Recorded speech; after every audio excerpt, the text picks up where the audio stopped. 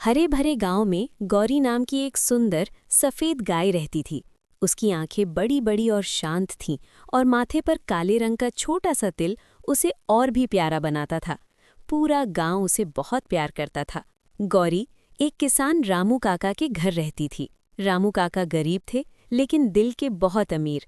वे रोज सुबह सबसे पहले गौरी को चारा खिलाते, उसके सिर पर प्यार से हाथ फेरते और कहते, गौरी तू तो हमारे घर की लक्ष्मी है। गौरी भी रामू काका से बहुत प्यार करती थी।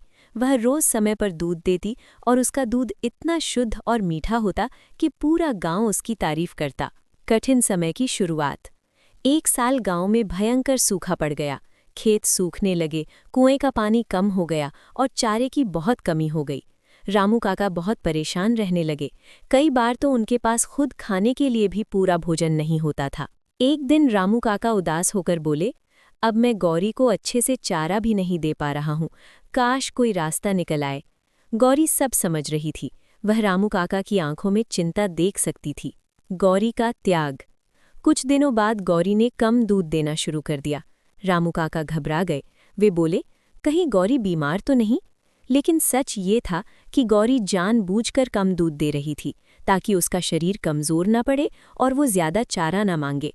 वह अपनी मालिक का बोझ हल्का करना चाहती थी। एक दिन गांव में एक सेठ आया। उसने गौरी को देखा और बोला, मैं इस गाय के बदले तुम्हें बहुत सारे पैसे दूंगा। रामू काका का दिल कांप गया, लेकिन उन्होंने तुरंत मना कर दिया।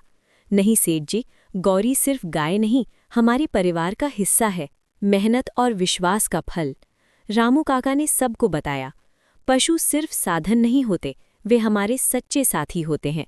जो प्रेम और विश्वास देता है उसे उसका फल जरूर मिलता है। गौरी आज भी उसी गांव में खुशी खुशी रहती है और बच्चों को देखकर प्यार से रंभाती है।